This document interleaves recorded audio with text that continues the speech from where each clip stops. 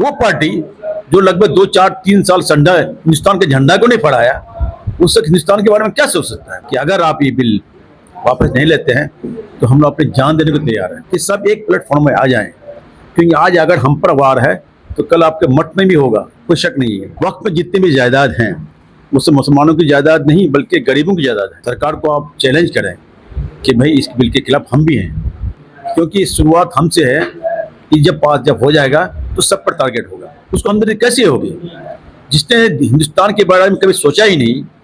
पलायन रोको नौकरी दो, पश्चिमी चंपारण से जो शुरू कन्हैया कुमार तमाम तरह कांग्रेस पार्टी का जो यात्रा रहा और आज की संगत की सरजमीन पर है, और आज का दिन काफी अहम है खास करके माइनॉरिटी के लिए। जिस वक्त हम लोग यहाँ बात कर रहे हैं ठीक इसी समय संसद में चर्चा हो रहा है इस बात का कि वक्फ बोर्ड बिल को लेकर बात हो रही है। काफी मायूसी है माइनॉरिटी में, ये बिल एक तरह से थोपा जा रहा है, क्या कहना चाहेंगे?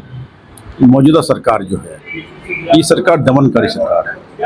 ये सरकार माइनॉरिटी को, मैं माइनॉरिटी बोल रहा हूँ, मुस्लिम नहीं माइनॉरिटी को भी टारगेट में रखा है।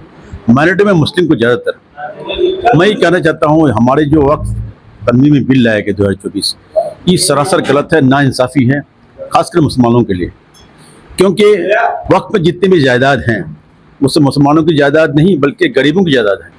और कहा जाता है जिसको वक्फ किया जाता है औकाफ की प्रॉपर्टीज अल्लाह की प्रॉपर्टीज है, उस प्रॉपर्टीज में सरकार की नज़र पड़ती है, ये करते बर्दाश्त नहीं होगी, हमको भी नहीं, बाकी जितने लोग यहाँ की जनता देश के किसी को नहीं होगी।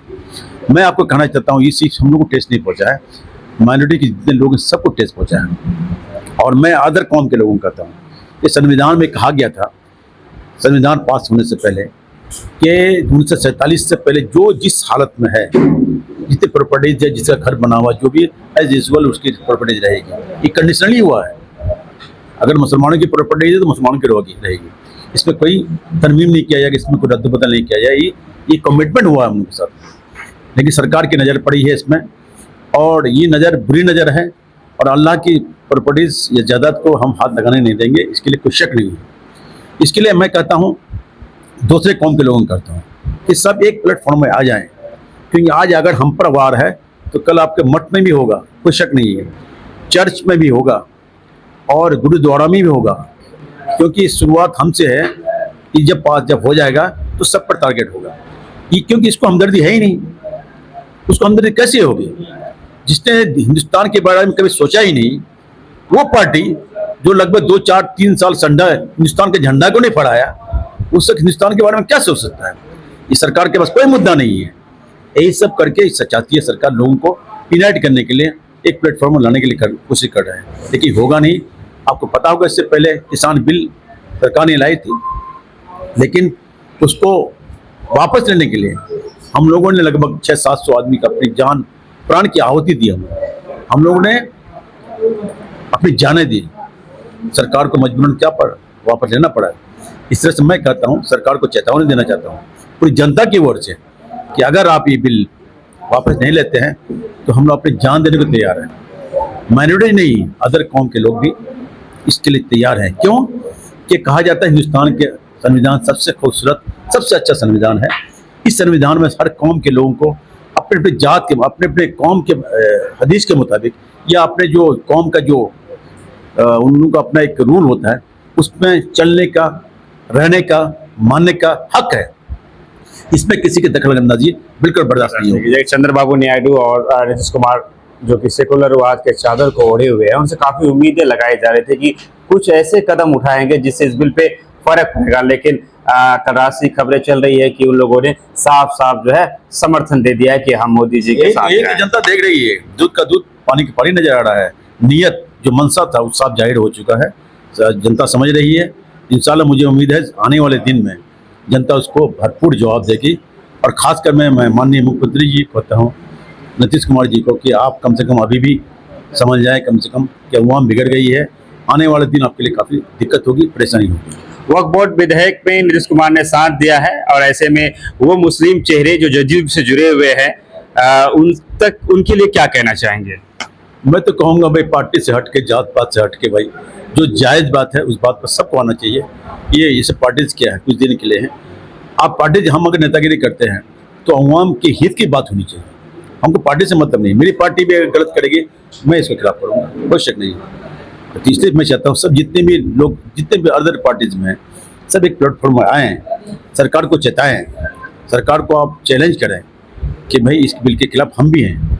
तो जाहिर सी बात सरकार को मजबूर होना पड़ेगा। आज कन्हैया कुमार किशनगंज आए हुए हैं और काफी भीड़ है उनके साथ, उनकी यात्रा जब यहाँ पर पहुंचा है और आप भी देख रहे हैं कि शुरू से ही लगे हुए हैं, क्या कहना चाहिए? देखिए, पलायन रोको नौकरी दो, ये हम लोग का अभियान है। ये आला कमान, कांग्रेस का आला कमान का आदेश के मुताबिक हम लोगों ने पूरे राज्य में, पूरे देश में हम लोगों ने ये अभियान छेड़ा है कि यह मौजूदा सरकार, चाहे केंद्र की सरकार हो या राज्य सरकार हो, ये सरकार कभी भी देश की हित की बात नहीं करती है, देश की जनता की हित की बात नहीं करती है। मैं एक बात बता दूं आपको, ये कांग्रेस का जो ये पद यात्रा नहीं है, बल्कि हर वो जनता का है जो जनता, आप अभी देखा होगा, महंगाई से त्रस्त है, वो महिलाएं हैं जिसके ऊपर अत्याचार हो रहा है, जिसके साथ वो भी त्रस्त है, वो हमारे साथ हैं। वो बेरोजगार नौजवान जो पढ़े लिखे हैं, जिसको रोजगार नहीं मिल रहा है, वो अपने भरण पोषण के लिए, अपने जीवन यापन करने के लिए दूसरी जगह, दूसरे स्टेट में, दूसरे राज्य में, दूसरे देश में जाकर अपना रोजगार के लिए भाग रहे हैं। इसका मतलब जाहिर सी बात है, यहाँ की सरकार में कोई ऐसा जरिया नहीं है, रिसोर्सेज नहीं है जो कि यहाँ के नौजवान, बेरोजगार नौजवान अपना भरण पोषण कर सकें। यहाँ अब मिसाल के तौर पर बता दूं आपको, बिहार में खासकर ये सरकार जो है, सीमांचल से खासकर इनको सौतेलापन है। पता नहीं सीमांत को क्या सोचता है लोग, एक इंडस्ट्रीज नहीं है। हमारे यहाँ के बच्चे देखा होगा IAS IPS करते हैं, सब ब्रेनी हैं, सब इंटेलेक्चुअल लोग हैं, काफ़ी शार्प माइंड के हैं लोग, लेकिन यहाँ कोई एक इंडस्ट्री नहीं है, लोग बेरोजगार हैं। आप इसी वजह से आप देखिए, किसान ही देखिए, मिसाल के तौर पर यहाँ कोई भी इंडस्ट्रीज नहीं है, ना जूट फैक्ट्री है, ना चमड़ा फैक्ट्री है।